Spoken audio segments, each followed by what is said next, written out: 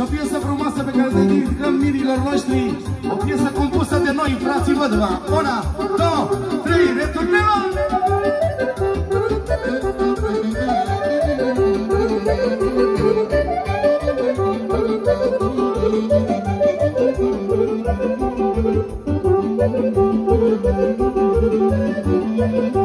Ia-o și Nerica și Minesica! Și Nerica la joc!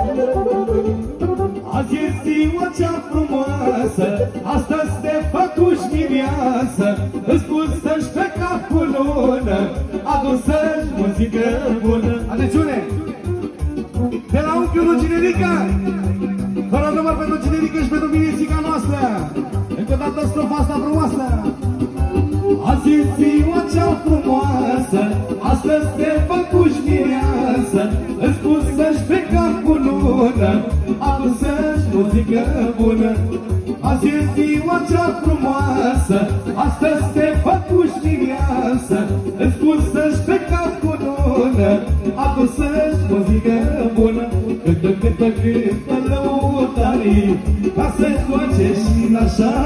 Cântă, cântă, cântă lăutarii, cântă frații Văduva. Cântă, cântă, cântă lăutarii, ca să-ți joace și așa.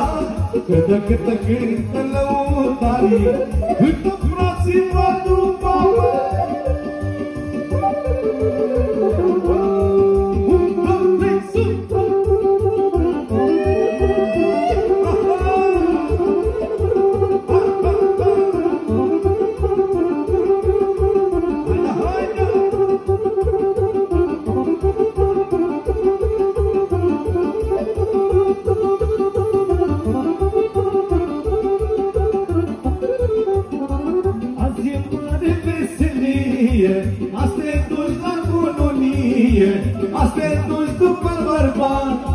Așa e în lume, da.